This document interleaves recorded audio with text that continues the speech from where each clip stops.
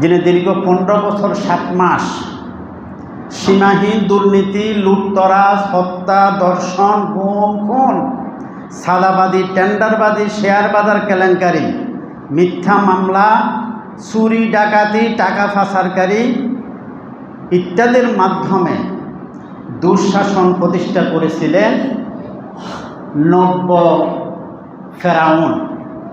সেই ফেরাউনের কবল থেকে 5 আগস্ট বাংলাদেশের তৌহিদি জনতা এবং বাংলাদেশের দামাল ছেলেদের রক্তের বিনিময়ে আল্লাহ পাক আমাদেরকে প্রাথমিক বিজয় দান করেছেন। সেই মহান রবের দরবারে সেজদা অবনত চিত্তে জীবনকে সঁপে দিয়ে আবারও পড়ছি আলহামদুলিল্লাহ। সম্মানিত